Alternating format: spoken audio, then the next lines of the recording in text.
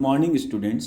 इस वीडियो में हम बात करेंगे वर्कर हनी बी के थॉरेक्स रीजन के बारे में। वर्कर हनी बी का थॉरेक्स रीजन जो होता है वो 3 सेगमेंट से मिलकर बना होता है, जिन्हें प्रोथॉरेक्स, मीजोथॉरेक्स व मेटाथॉरेक्स कहा जाता है। ये तीनों सेगमेंट एक दूसरे के पीछे स्थित होते हैं। इन सेगमेंट्स में पाई जाने वाली मुख्य संरचनाएं चलन टांगे या वॉकिंग लेग्स तथा विंग्स होते हैं।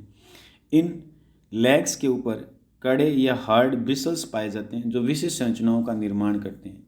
एक प्रारूपिक या टिपिकल इंसेक्ट की भांति मधुमक्खी के टांगों में भी 9 खंड होते हैं, और ये जो 9 खंड होते हैं वो क्रम से यदि अपन बताएं तो पहला खंड कोक्सा, दूसरा कहलाता है ट्रोकेंटर, तीसरा फीमर, चौथा टीबिया, पांचवा टार्सस। टार्सस के अंदर हम कह सकते हैं कि आगे 5 खंड होते हैं जिन्हें टार्सोमियर्स कहते हैं। तो टार्सस के 5 खंड और शेष 4 खंड मिलकर 9 खंड होते हैं जो प्रो, मीजो और मेटाथोरेसिक तीनों प्रकार के लेग्स या टांगों में पाए जाते हैं। यहाँ हम बात करें कि मधुमक्खियों की टांगें जो होती है वो चलने के अलावा मुख्य रूप से पॉलन कलेक्शन का काम करने के लिए अनुकूलित या रूपांतरित होती है, क्योंकि आप चर्चा कर चुके हैं कि पॉलन कलेक्ट करने से उनके अंदर मधु का निर्माण या हनी का निर्माण होता है। अब हम बात करें कि सबसे पहले प्रोथोरेसिक लेग्स हैं, उनकी क्या विशेषताएं। तो प्रोथोरेसिक लेग्स में हम कह सकते हैं कि वे लेग्स जो प्रोथोरेसिक रीजन में पाई जाती है उनको प्रोथोरेसिक लेग्स कहा जाता है। और इन लेग्स के अंदर जो मुख्य रूप से गौर करने वाली या ध्यान देने वाली बात है वो कुछ संरचनाएं, जिनमें पहला नाम है आई ब्रश। आई ब्रश जैसा नाम से स्पष्ट है कि ये आँखों की सफाई करने वाला ब्रश होता है, और टीबिया के आंतरिक भाग के अंदर या टीबिया की इंटरनल सरफेस की तरफ ये कड़े ब्रिसल्स मिलकर आई ब्रश बनाते हैं। इसके अलावा टीबिया के निचले छोर पे एक संरचना पाई जाती है जिसे फिबुला या विलम कहते हैं। ये संरचना मूवेबल होती है। इसके अलावा हम ये कह सकते हैं कि एक खांच जैसी संरचना टीबिया के निचले छोर पे आप देख रहे हैं, इसे एंटिनल कॉम्ब कहते हैं। यहाँ गौर करने वाली बात है कि एंटिनल कॉम्ब और विलम दोनों मिलकर एंटिनल क्लीनर बनाते हैं, और ये एंटिनल क्लीनर जो होता है वो एंटीना की साफ़ सफाई करने में काम आता है। तो एंटिनल क्लीनर तो एंटीना की साफ़ सफाई करने में काम आएगा, आई ब्रश आंखों की साफ़ सफाई करने में काम आएगा। इसके अलावा निचले छोर पर मेटाटार्सस में पॉलन ब्रश पाई जाती है जो पॉलन या परागकणों को लेने से संबंधित होती है। उसके बाद में यदि अपन अगली टांगों की बात करें तो उन्हें कहते हैं मीजोथोरेसिक लेग्स। मीजोथोरेसिक लेग्स ये यहाँ दिखाई दे रही है, और हम कहते हैं कि मीजोथोरेक्स रीजन में पाई जाती हैं।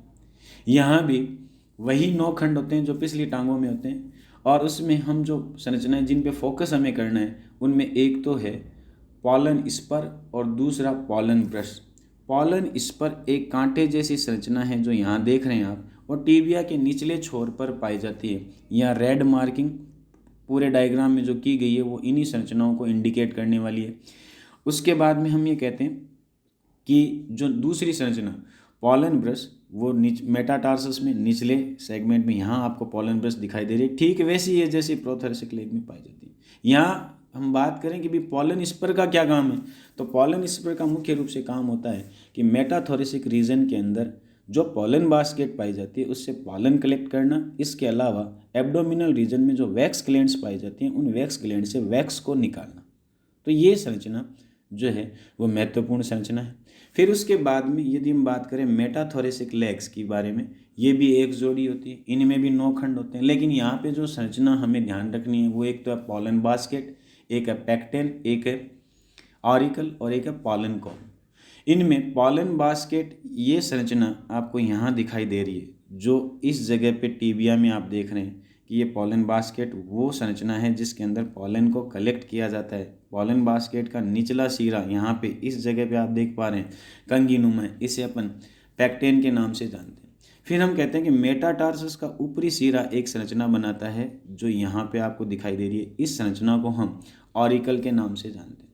पैक्टेन और ऑरिकल दोनों मिलकर एक संरचना बनाते हैं जिसे पॉलन पेकर कहा जाता है। और ये पॉलन पेकर जो होती है वो पॉलन को बांधने का या कलेक्ट करने में सहायता करने का काम करती है। इसके अलावा जो चौथी और विशिष्ट संरचना जो पाई जाती है जिसे पॉलन कॉम्ब कहा जाता है वो टीबिया के आंतरिक किनारे पे पाई जाने वाली संरचना होती है, जो सर्किल में आपको यहाँ दिखाई दे रही है। वो जो संरचना होती है इसमें पाए जाने वाले ब्रिसल्स शरीर के ऊपर जो पॉलन ग्रेन लगे हुए होते हैं उनको झाड़ने का या साफ करने का काम करती है। तो मधुमक्खियों की जो टांगें होती हैं उनमें विशिष्ट संरचनाओं के बारे में हमें ध्यान रखना है कि इनमें आई ब्रश क्या है, पॉलन ब्रश क्या है, इसके अलावा एंटिनल क्लीनर क्या है, पॉलन स्पर क्या होता है, पॉलन बास्केट क्या होती है, पॉलन कॉम्ब क्या होता है। इन संरचनाओं के शॉर्ट नोट्स पूछे जा सकते हैं। इसके अलावा कॉम्पिटिटिव एग्ज़ाम में इनके बारे में पूछा जा सकता है। यहाँ पे जो हमने समझने की चेष्टा की है वो सीधा डायग्राम से समझने की चेष्टा की है। इसका जो डिस्क्रिप्शन है वो आपको अगली स्लाइड्स के अंदर इसका जो डिस्क्रिप्शन है वो दिखाई देता है। उसके आधार पे आप अपने नोट्स प्रिपेयर कर सकते हो। इसके अलावा मधुमक्खियों में हम कहते हैं कि जो संरचना थोरेसिक रीजन में पाई जाती हैं उनको हम विंग्स के नाम से जानते हैं। विंग्स जो हम कह सकते हैं कि 2 जोड़ी होते हैं। इसके अलावा छोटे पतले ये विंग्स होते हैं। और इसके अलावा हम ये कह सकते हैं कि मीजोमेटाथोरेक्स वाले रीजन में ये पाए जाते हैं।